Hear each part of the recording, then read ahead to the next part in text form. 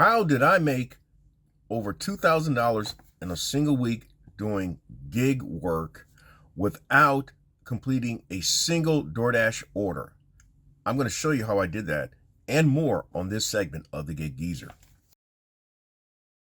If this is your first time checking out the Gig Geezer, if you're a returning visitor of the Gig Geezer, hey, thanks for coming by. And if you would not mind, hit that subscribe button, give my content a thumbs up, share my content among others, and I definitely welcome your comments in the section below. I've kind of written out how I want to go about explaining some things with this particular tease, as I mentioned, about how did I make over $2,000 this past work week without completing a single DoorDash order. Yes, I did do that. At the same time, there is more that I want to talk about because this week kind of really encapsulates, in fact, this just recently completed month, March 2023, kind of encapsulates what I've been trying to accomplish over the last several weeks and months. There's no doubt out here, at least in my market, the Columbia, South Carolina metropolitan area, and what I'm seeing in other markets, that it is slow out here for gig work in terms of doing primarily gig food delivery work. And there's a lot of reasons why it is slow out here in this marketplace right now.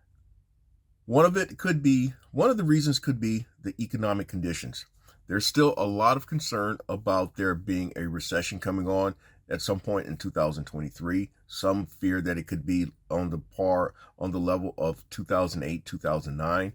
When I think back to 2008, 2009, I lost more than 70% of my business, which was doing primarily insurance agent work, but mostly doing benefits, in which I went after customers for their group medical, group dental, their AFLAC, things like that. I had one primary client who closed their doors in 2008, and basically that was most of my money. That was my golden calf. I went from making consistently anywhere between $3,500 and $4,000 a month to barely making $1,000, I think.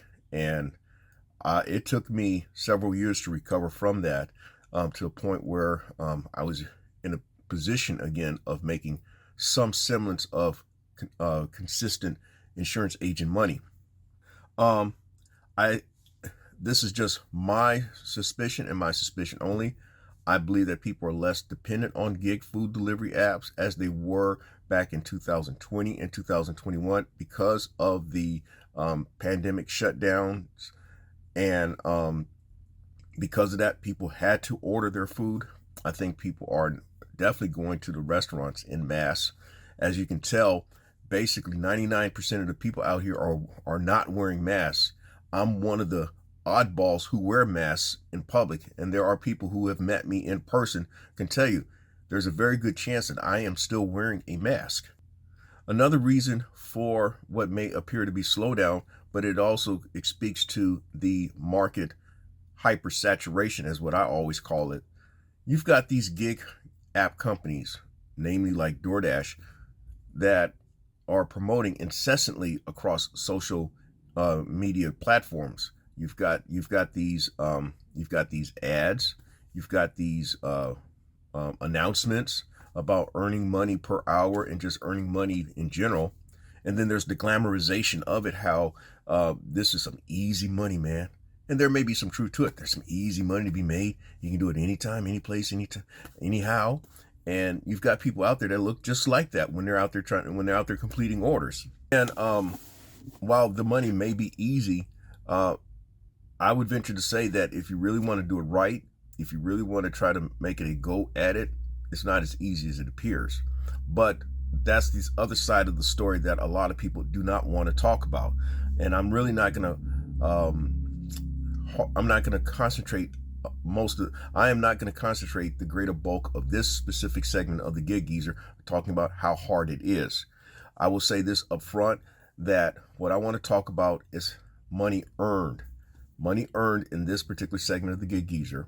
I'm not going to dwell much on expenses. In fact, I may not even talk much about expenses in this segment of the Gig Geezer. I'm not going to talk about gas. I'm not going to talk about miles driven. I'm not going to talk about many of the things that I have shared in previous and recent segments of the Gig Geezer in some form or fashion and or some form of accountability of how I've shown a breakdown of expenses. I want to talk about how money has been earned, okay? By the way, if you like the content that's been provided in this segment of the Gig Geezer or in any other segment of the Gig Geezer, hit that subscribe button, give my content a thumbs up, share my content among others, and I definitely welcome your comments in the section below.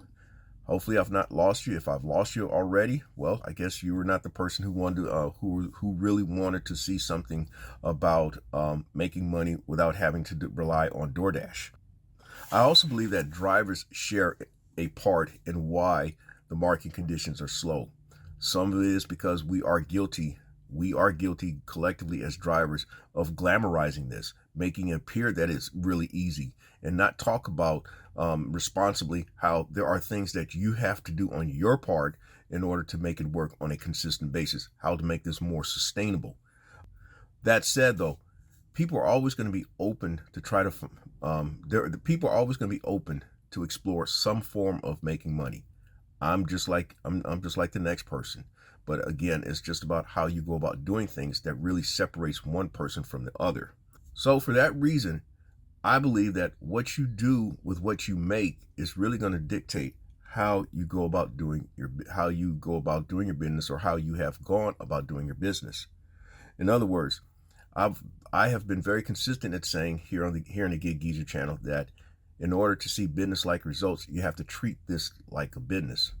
If you go about doing things in which you're in it for the fast money, for whatever reason, which there may be very valid reasons, like you have to absolutely positively need money by Thursday, and you happen to have access to a gig food delivery app, I get that. But then there are folk who have that mindset, who try to do it sustainably wise, who go about this who treat it as just side money and so forth. And there is a saying that my mother used to instill in me about fast money spends as fast as you make it. So therefore, the question is, what are you doing with the money that you're making? And I've shown in this segment of the Gig Geezer about what are you doing with the opportunities that you have from the gig economy. Basically, the question is, what do you have to show for what you're doing? And I'm not talking about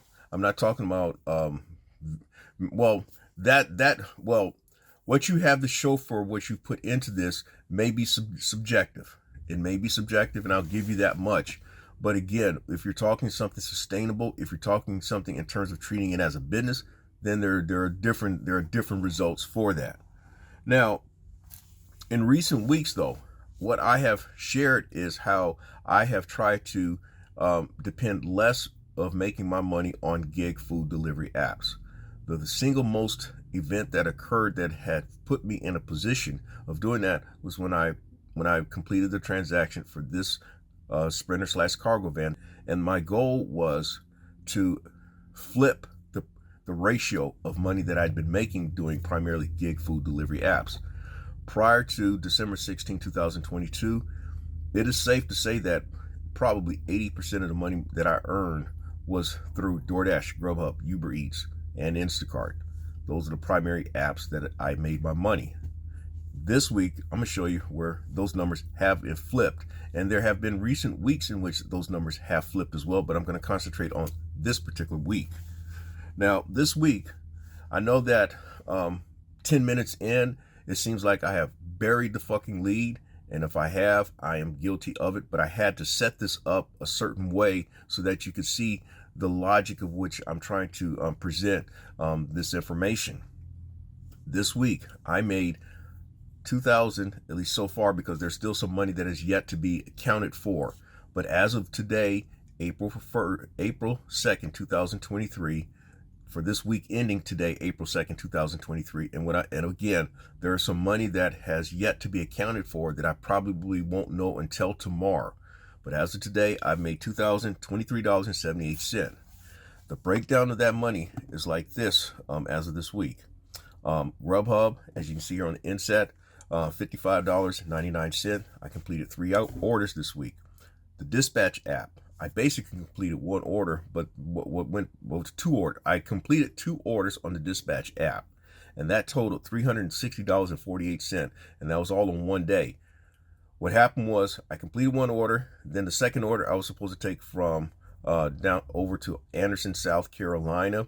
And upon, at least at that point, delivering the order, the recipient, said that he is refusing delivery because he'd already gotten that item the day before. So that was a return trip to be made, and I was paid for that. So I made, again, $360.48 that day. I made $61.69 on Instacart. On the Ship It app, of all places, I made $20.64 this week. Uber Eats, $41.58. That's on 4 orders completed. Ship It was just 1 order. It was a stacked order that was going to the same place, so I count stacked orders to the same place as 1. Instacart was 2 batches that were completed. Point Pickup, 1 order this week, $26. Roadie, $196.55 on 3 orders, 3 gigs that were completed. Federal Express, I did it once this week. And basically I kind of do it once a week, $150 each day that I go out there and do it. But the big one also is something to talk about as well. I had my first expediting sprinter/cargo van opportunity, and that was one from Charlotte to San Antonio. And if you happen to notice either these community posts that are showing here now throughout the week, I showed one from passing through Louisiana, just beyond Slidell, en route to San Antonio, and then I showed a screenshot of me. I showed a screenshot of DoorDash in Houston, and there's a blue spot showing where I was along I-10. I was still heading to San Antonio to drop off this order. The order is showing as of today paying $1,162.99, but there is what they call detention money that drivers are paid when you have to wait for that order, where you have to wait for that cargo to be removed from your vehicle. And that happens sometimes. You may show up at a location. It may be that you have to wait overnight. And what happens is some drivers will wait overnight in their vehicle until it is delivered. Well, anyway, that was the case for me. The drop-off location was the Henry Gonzalez Convention Center, downtown San Antonio, across the freeway from the Alamo Dome, where the San Antonio Spurs have played, and a place that I have actually gone to as well back in the 1990s as a newspaper reporter. But anyway, so that was the money earned. Of that amount, $179.90 was earned on DoorDash, Grubhub, Ubereats. So that was less than 10% of the money that I earned. In fact, we're talking roughly about 9% of the money. It's like 8%. So let's just say 9% of the money that I earned was on those apps. The rest of it was doing last mile gig delivery work. And that is something that I kind of have made mention of. I believe the trend is to do more so of the true last mile delivery work, more so than the on-demand gig food delivery work. That is where I believe the sustainability of making it in the gig economy is going to be. At least that has been my observation thus far. A breakdown of the money that was earned this week. Monday was when I did Federal Express. That's a half a day, $150. Tuesday was a half a day as well. I made $108.10. Wednesday was a full day in that there was also the trip to Anderson and then a return trip from Anderson on the Dispatch app, where I made $360.48. Thursday was a half a day again, $134.78. Friday was the big day. In fact, before I finish this segment of the Gig Geezer, what I do want to do is share some footage that I had recorded. I want to share some footage that I documented from San Antonio and on my way there. So Friday was the big day where I made $1162.29, and then Sunday, Sunday today, $108.13, also a half a day. Well, Thursday, I believe it was Thursday. Yeah, Thursday or Wednesday, I had actually booked my first load from a load board from a place that I had actually completed a driver packet. and how I completed that driver packet, or how I even came about the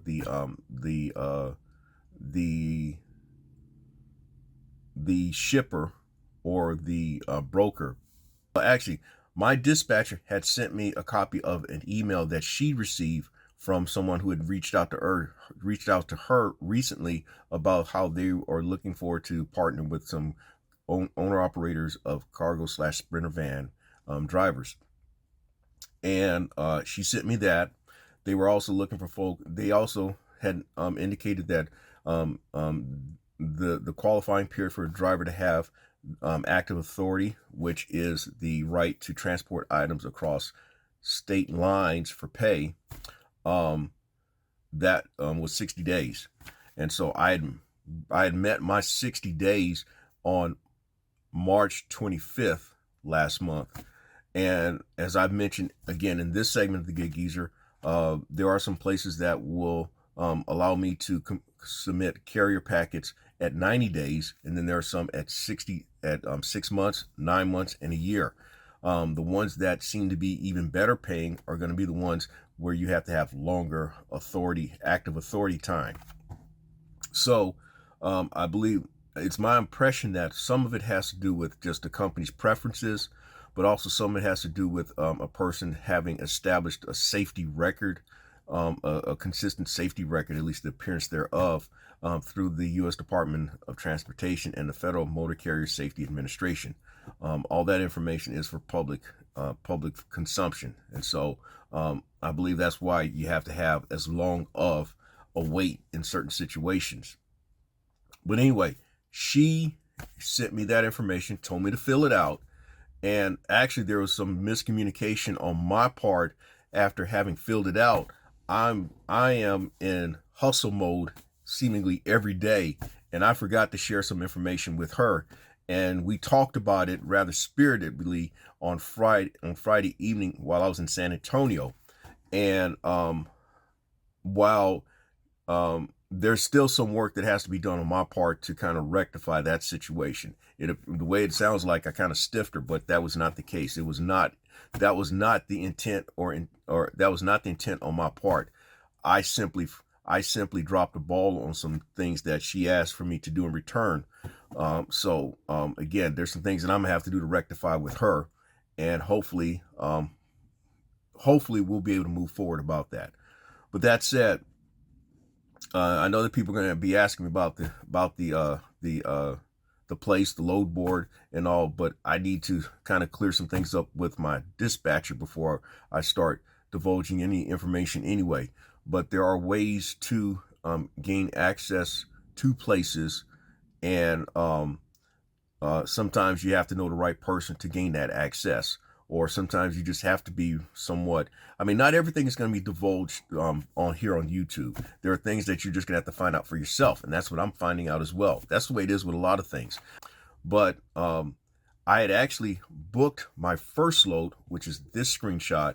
It'll be going out tomorrow morning.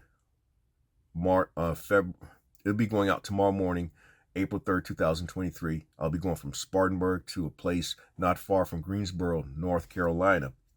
So that's going to be like a good 2.5 to almost a 3-hour drive along I-85 North, and it's paying $225. It's over $1 a mile, the amount that I'll be paid. And it just so happened last Thursday I happened to go into that freight carriers, that freight company's load board, and noticed one for San Antonio, and nobody had gotten it yet. And I'm like, and so I happened to mention to the queen of my life, hey, you might want to get some stuff together, because we may be going to San Antonio on the fly. And that's exactly what happened. Now, as I mentioned, I was going to provide some content from San Antonio, so I'm going to segue now with that content. And by the way, if you like the content that's been provided in this segment of the Gig Geezer or in any other segment of the Gig Geezer, hit that subscribe button, give my content a thumbs up, share my content among others, and I definitely welcome your comments in the section below. I am in San Antonio. Today is Saturday, April 1st, 2023. And I remember where I was back on Saturday, April 1st, 1984. That was the day when the late Marvin Gaye, the news had come out about his being shot by his father. And a lot of us thought it was an April Fool's joke. And then the guy told me, man, it was no joke. He actually died. And then we found out where he actually died. The part of town where he died, he lived near the hood where a lot of us lived. He was living among us ordinary people at the time of his death. I'm waiting for my pallet to be removed by the Henry Gonzalez personnel, or at least the people who would handle my pallet. The cargo that I transported from Charlotte to San Antonio is for a medical convention, and you'll see here on the B-roll at least some of the inner workings of that convention where exhibits are being set up today. And just looking at what I've seen, just being a part of what I've been a part of, there's a lot of stuff that goes on behind the scenes of a major convention.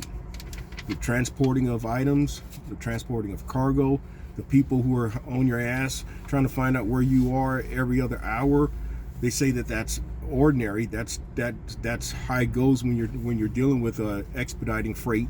But at the same time, when you're not familiar with it, it kind of seems to be annoying. But you kind of appreciate why things are the way they are. And so I came about this particular this load opportunity. I just happened to check an app that my dispatcher had actually apprised me of, and how she apprised me of it, and there's kind of a story behind it, but I got to give credit where credit is due. My dispatcher, she sent me an email telling me about a freight company that was more than interested in partnering with owner operators of Sprinter vans, and the Sprinter van drivers, owner operators, the people would need to have at least 60 days active authority time, and also meet the insurance requirements, which is the $1 million liability policy and the $100,000 cargo policy. And so I got to give credit where credit is due. She's the one that told me to fill out the carrier packet, and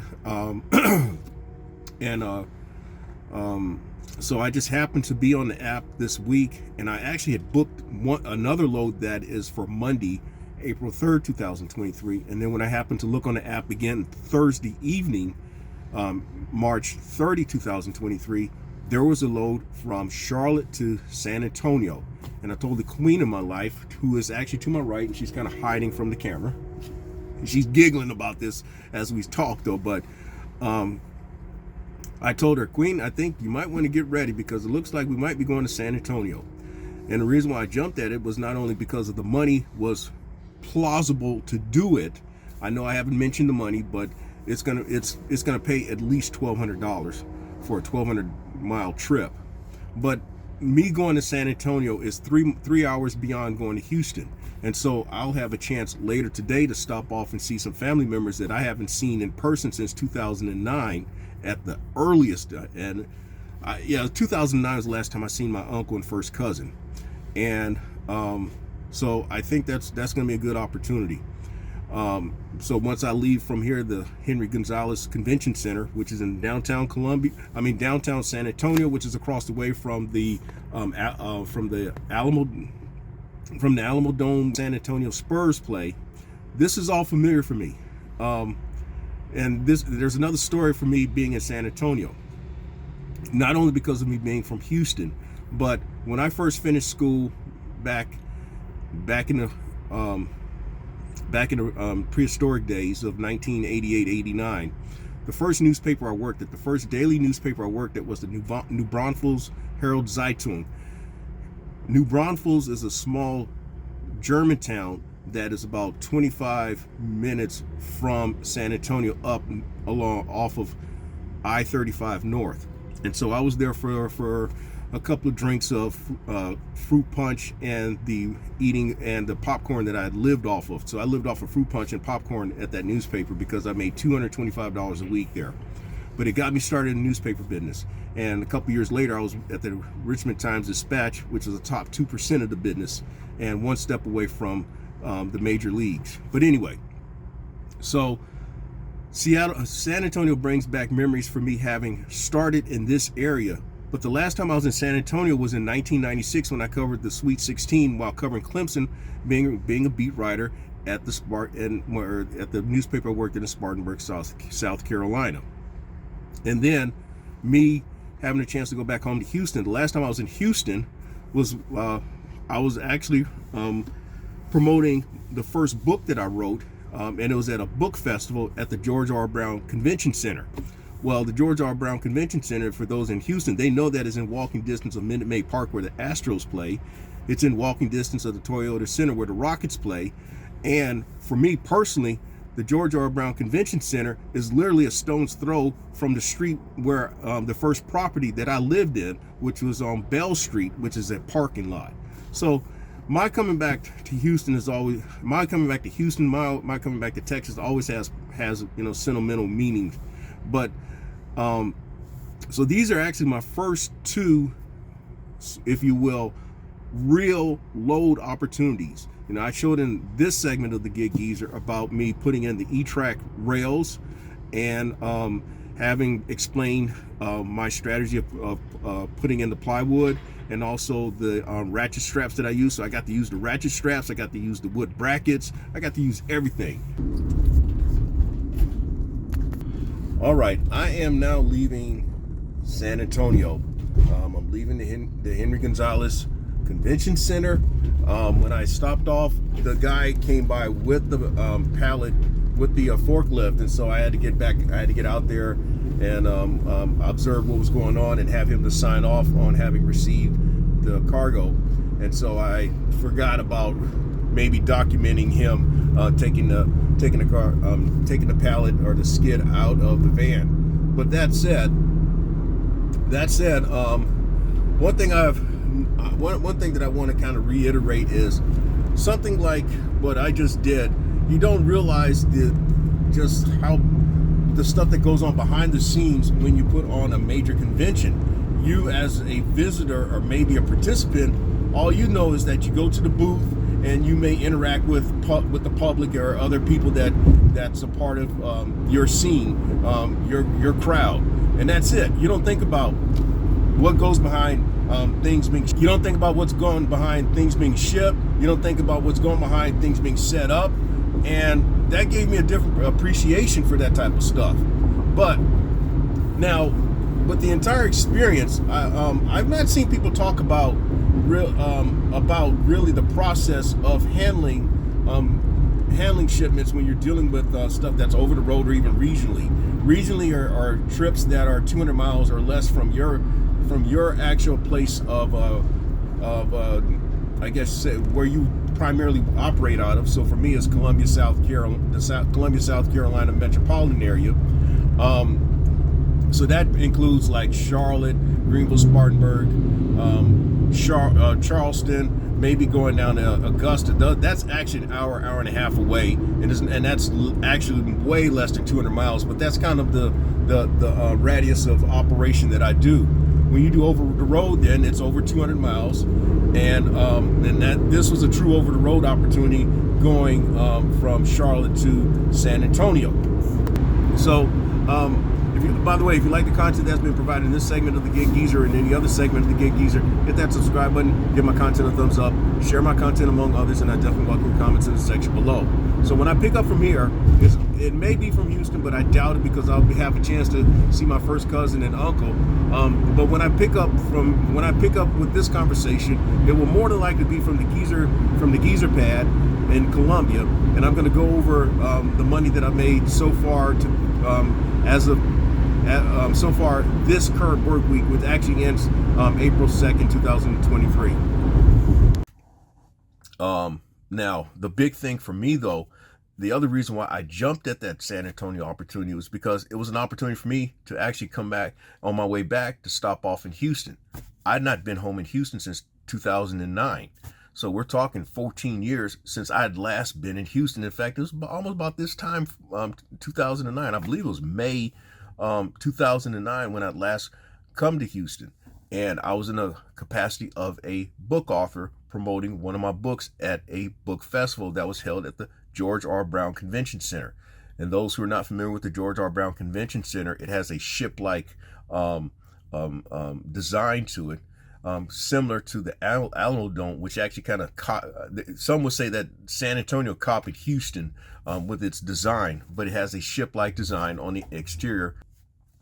And the Toyota Center, where the Rockets play, is literally across the street, around the corner, or across the street, however we want to describe it, but it's well within walking distance. The George R. Brown Convention Center is well within walking distance of the Toyota Center, and then the Minute Maid Park, where the Astros play, is walking distance from George R. Brown.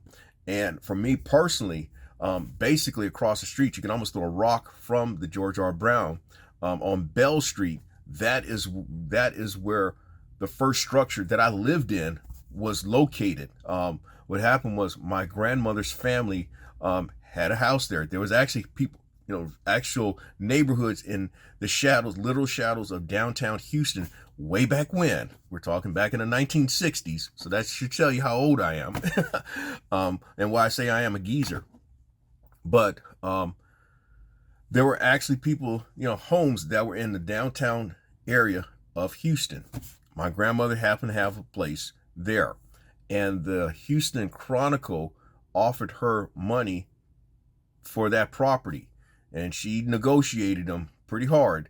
And of that money, she had it arranged where that property would be moved out to Sunnyside, which is back then was the outer reaches of Houston. And not far from there is Worthing High School, and that's where NFL Hall of Famer and one-time NFL head coach Mike Singletary attended high school. I lived basically within walking distance, or you could almost say around the corner from Worthing High School at one time. And so anyway, that's another story. But George R. Brown, basically a stone's throw from where the location of the first property that I lived in. So I had a chance with the queen of my life accompanying me on this trip. She had a chance to see Texas for the first time. She also had a chance to see some of my past and my history, having met my uncle and my first cousin on the trip. So for me, it was worth from a business standpoint. Some would say you should not have taken that trip, but this one had more of a personal meaning for me. And so that's why I was willing to take the trip, because it was an opportunity to make some money while going home.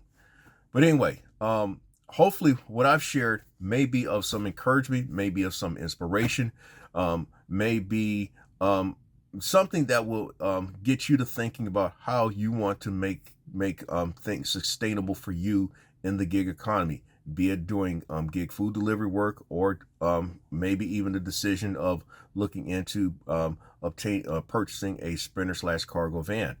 Hopefully what I've shared in this segment of the Gig Geezer may be of some use, some benefit to you.